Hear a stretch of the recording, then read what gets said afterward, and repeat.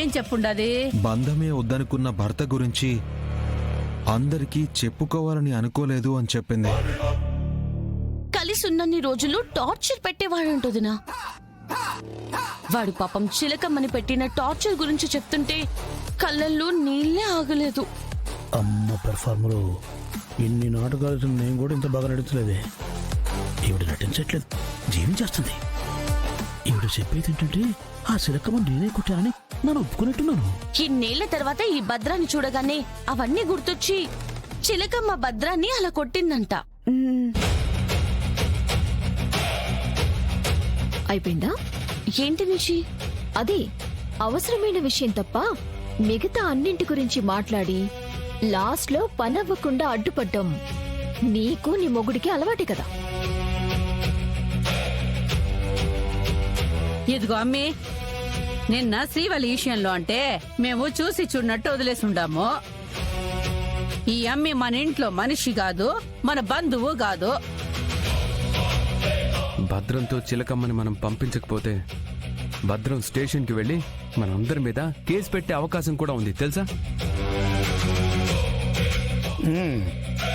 కాబట్టి మర్యాదగా భద్రంతో చిలకమ్మని పంపించండి. ఏంటి నిషి? అక్కడికేదో నేను కేదార్ చిలకమ్మని వెళ్లకుండా ఆపుతున్నట్టు మాట్లాడుతున్నారు. చిలకమ్మ తన భర్తతో హ్యాపీగానే ఉంటుందనుకుంటే మేం కూడా హ్యాపీయే కదా. అవును, భద్రం దుబాయ్లో బాగా సంపాదించుకుని వెనక్కొచ్చాడు. చిలకమ్మని బాగా చూసుకుంటాను అని అంటున్నాడు. మనకి అంతకంటే కావాల్సిందేముంది? భద్రం, చిలకమ్మ ఇంకా నీ మీద కోపంగానే ఉంది. నీతో రావడానికి ఆలోచిస్తుంది. నువ్వే ఒప్పించి మరి తీసుకెళ్ళు. అదెంతసేపు రాయ చిలకమ్మ రా.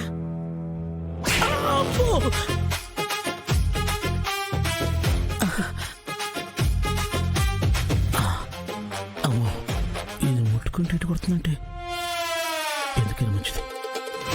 కొంచెం డిస్టెన్స్ లో ఉండి మాట్లాడాలి. వస్తున్నా చిలకమ్మ, నువ్వు లేకపోతే నా బతుకు మొక్కలేని చికెన్ కూరలా చక్కలేని కాఫీలో తయారైందే. నాను యాదవనేనుకుంటా, కానీ నానిప్పుడు మారిపోయినానే. ముందులా లేను. నిన్నిప్పుడు బాగా చూసుకుంటానే.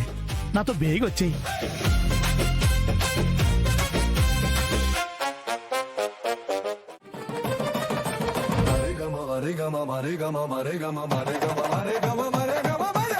బాబు గారు, భద్రానికి చెప్పమ్మే.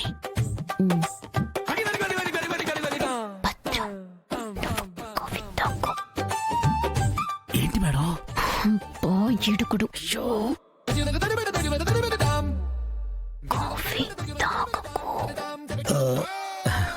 ఏంటి మేడం? వినపట్లేదు.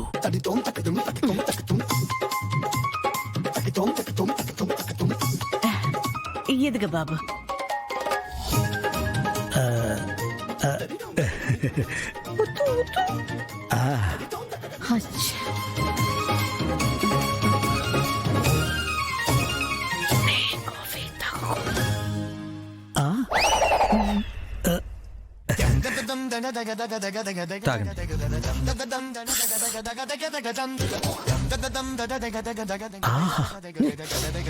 ఎంత బాగుందో.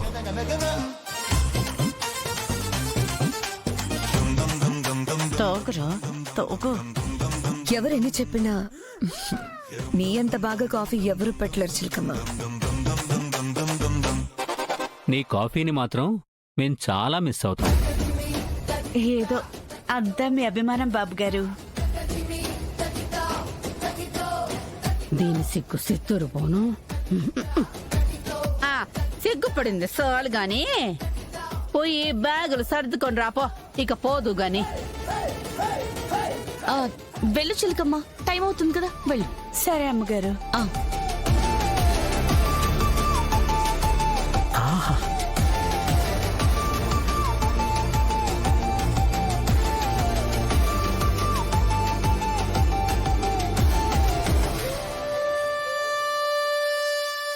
ఇప్పుడుంటుంది వీడికి.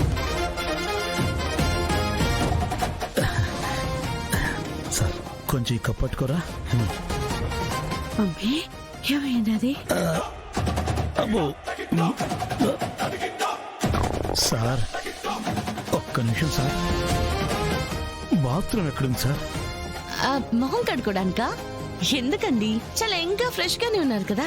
మొహం కడుక్కోవడానికి కాదండి, వేరే పని ఉందండి. ప్లీజ్ అండి చెప్పండి. అదిగో అక్కడ ఉంది. అక్కడ సస్తే ఇంకోసారి ఆ ఇంట్లో అడుగు పెట్టను. ఒకవేళ పెట్టాననుకో నిజంగా చేస్తాను మేడం. ఏం మాట్లాడుతున్నావు? ఇందాక ఆ ముగ్గురు బయటకు వచ్చి ఇంకోసారి ఇంటికి వస్తే నా సావు ఎంత భయంకరంగా ఉంటుందో ఫుల్ హెచ్డీలో చూపించారు మేడం. అమ్మా మీకు మీ మనీకో దన్నం, నన్ను వదిలేండమ్మా. ఏయ్, ఇంకొకసారి భద్రంగా ఇంటికి రా. మనం అనుకున్న పని అయిపోతుంది. ఇంకోసారి ఇలా అవ్వకుండా మేం చూసుకుంటాం. మేము చెప్పినట్టు చేస్తే చాలు. మనం అనుకున్న దానికంటే 2 రెట్లు దుడ్డు ఎక్కువ ఇస్తామప్పా. ఏంటి మేడం 2 రెట్లా? మీరు మరీ బలవంత పెడుతున్నారు మేడం. సరే మేడం వస్తాను, కానీ ఆ జగదాత్రి మేడం నుంచి మాత్రం నన్ను మీరే కాపాడాలి. సరే మేం చూసుకుంటాం. మేం ఫోన్ చేస్తాం, నువ్వు అప్పుడు వచ్చేసాయి. సరే మేడం. మొత్తానికి ఒప్పుకున్నాడు. ఒసే జగదాత్రి, ఈసారికి నిజం బయటపడకుండా తప్పించాం.